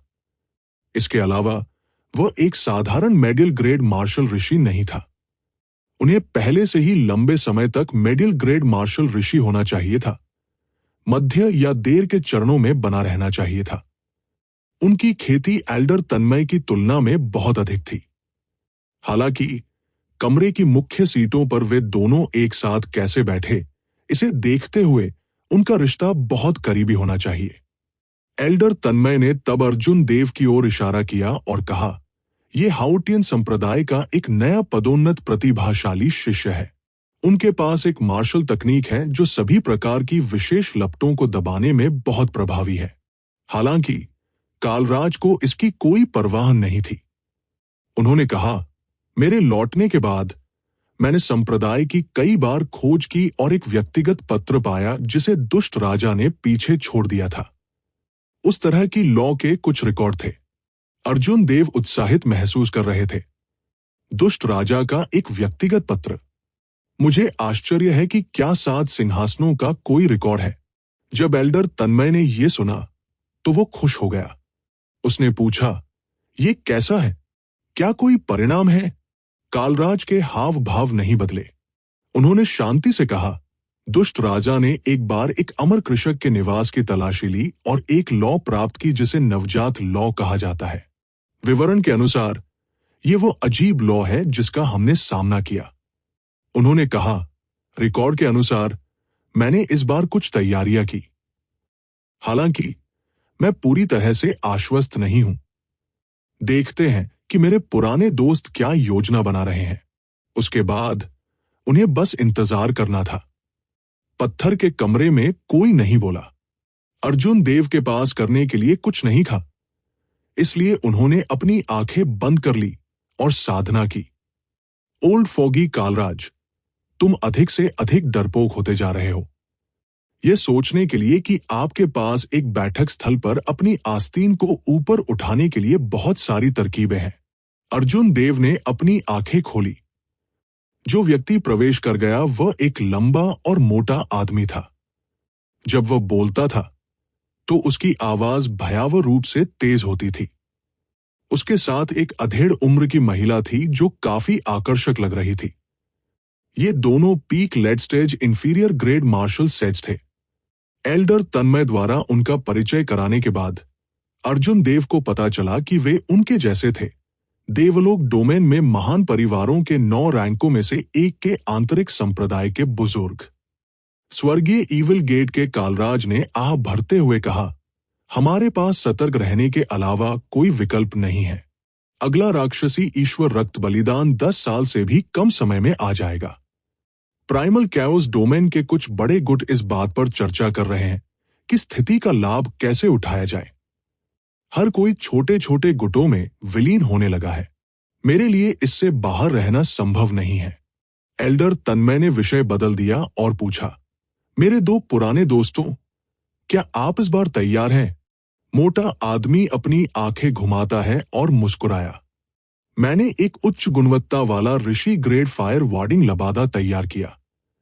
मुझे लगता है कि मुझे खुद को बचाने में कोई समस्या नहीं होनी चाहिए।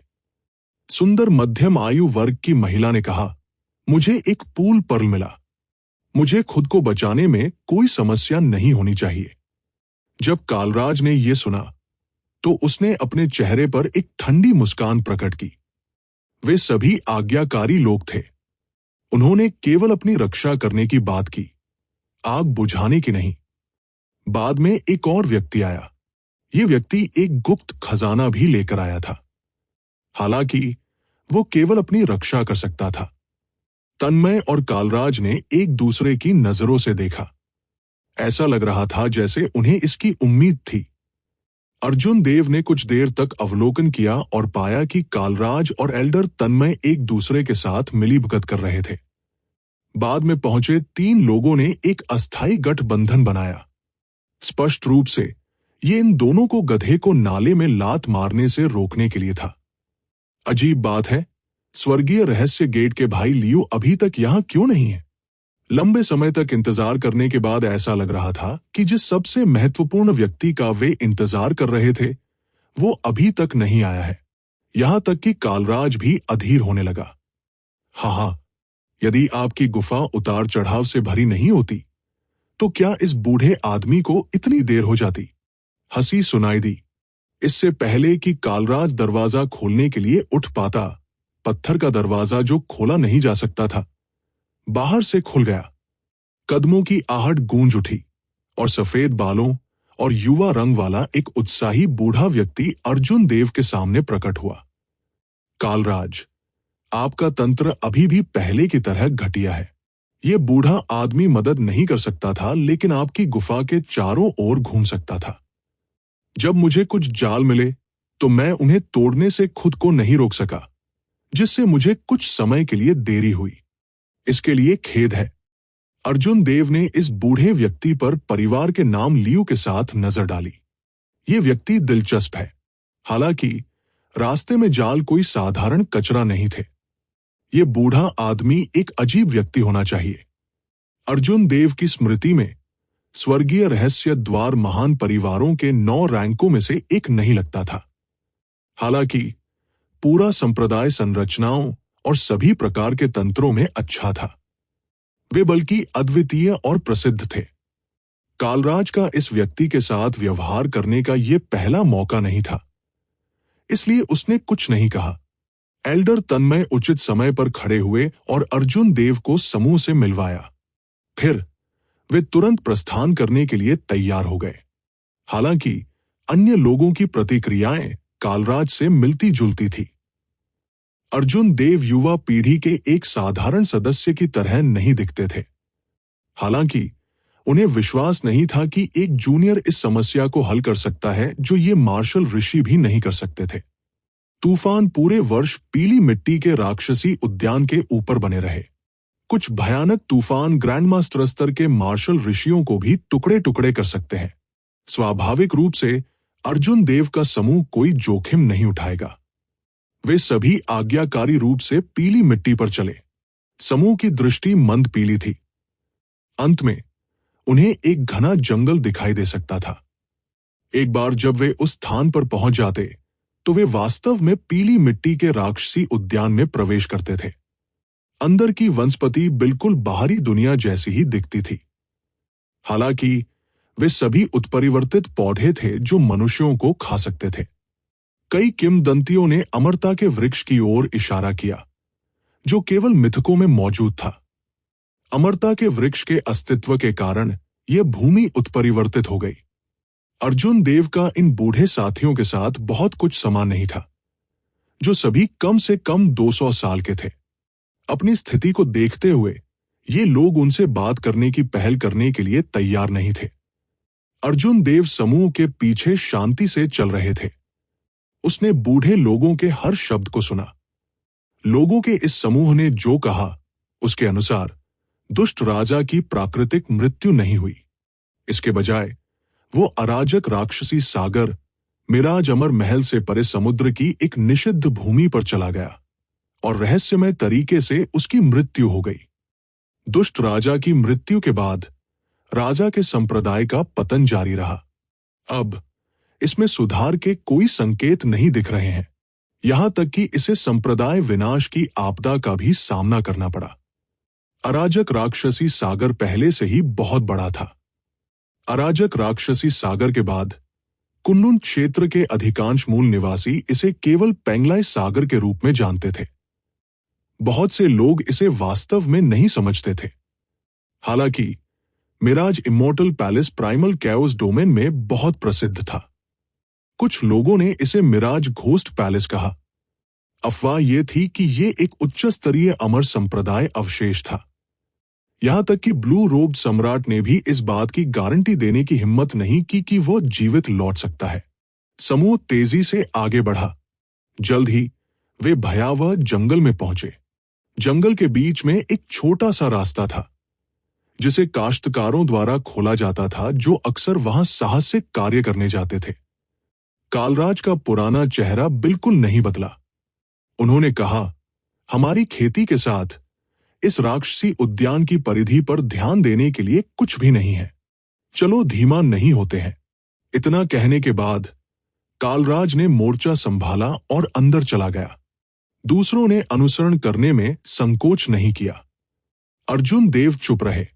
पीछे की ओर चलते हुए उसने कुछ नहीं कहा। हालांकि उन्होंने अपनी आध्यात्मिक भावना को बढ़ाया, इसे वापस नहीं लिया। पूछी। अचानक सामने जमीन में एक छेद दिखाई दिया और एक हाथ जितना मोटा एक जहरीला सांप बाहर निकल गया। उसने अपने जबड़े खोले और बिजली की गति से कालराज को काट लिया। इस सांप का शरीर हास्यास्पद रूप से लंबा था। इसका निचला शरीर अभी भी जमीन में गहराई तक दबा हुआ था। ऐसा लग रहा था कि ये अथाह था। कालराज ठंडे स्वर में मुस्कुराया और अपना हाथ बढ़ाया। उसके पास सांप का सिर फट गया। सांप चौंक गया और बिजली की गति से पीछे हट गया, वापस जमीन में घुसने की कोशिश कर रहा था। कालराज पीछे हट गया और उसके हाथ से एक निराकार चूषण आया। फिर उसने अजीब सांप के शरीर को पकड़ लिया जो पीछे हटने की कोशिश कर रहा था। अर्जुन देव ने अपना हाथ बढ़ाया और खींच लिया। जोर से गड़गड़ाहट के साथ जमीन फट गई।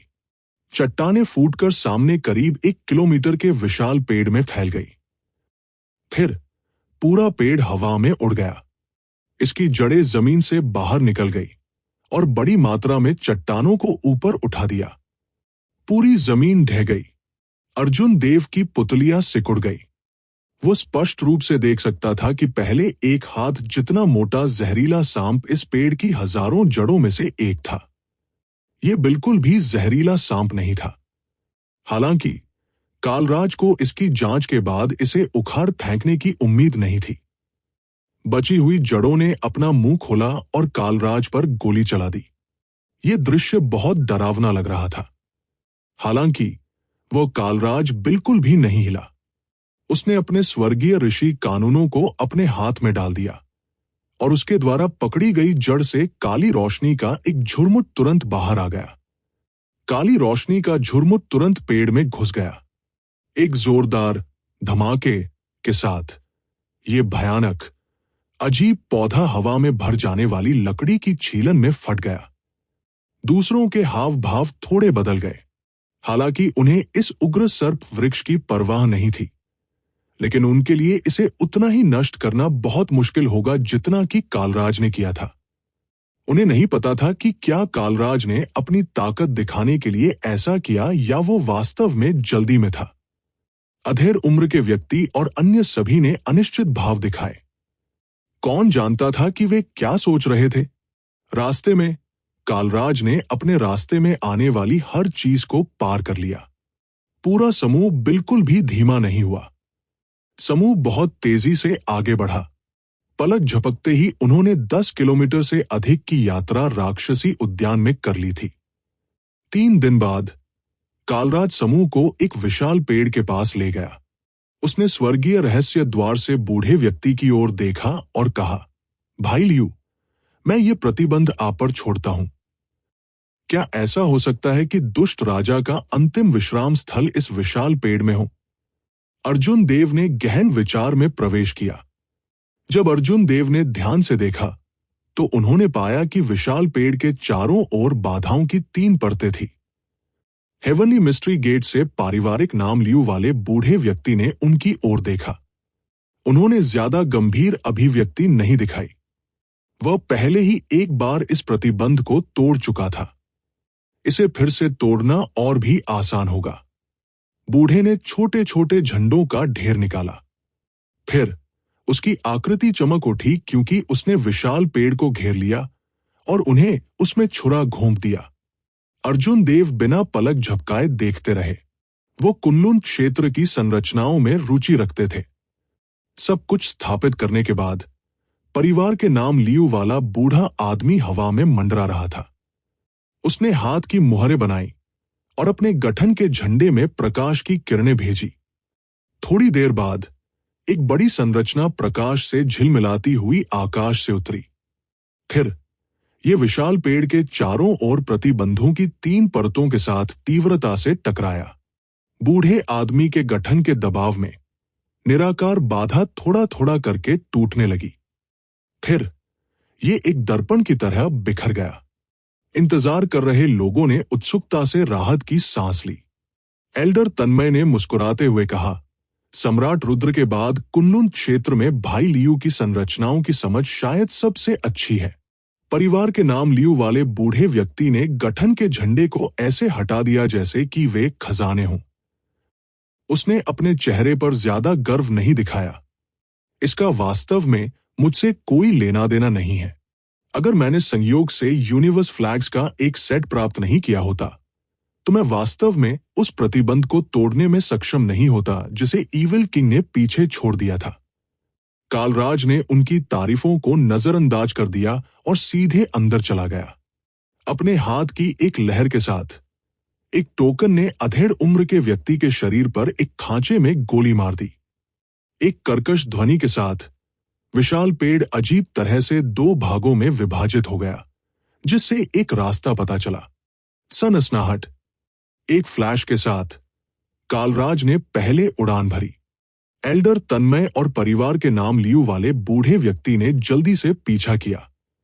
ऐसा लग रहा था कि कालराज को इस बार कुछ मिल गया है, एक अविश्वसनीय गुप्त खजाना। वो नवजात लौ के मंच को साफ करने के लिए बहुत आश्वस्त था। उसने रास्ते में सभी जालों को बलपूर्वक नष्ट कर दिया, बाकी को बहुत पीछे छोड़ दिया। जैसे ही एल्डर तन्मय और अन्य लोग कालराज का पीछा कर रहे थे, उन्होंने जमीन पर जाल के टूटे हुए टुकड़े देखे। उन्होंने नजरों का आदान प्रदान किया।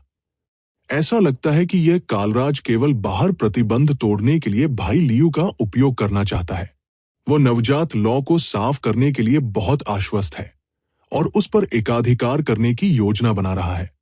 भाइयों, आपको ये कहानी अब तक कैसी लगी जरूर बताइए। अगर आप बताइएगा नहीं तो मुझे कैसे पता चलेगा कि आप लोगों को मेरा काम पसंद आया या नहीं। सो प्लीज लाइक और कमेंट करके मुझे अपना समर्थन दिखाएं। और ताकि आपके भाई का हौसला बना रहे, पहला सब्सक्राइब भी करें और शेयर भी करें।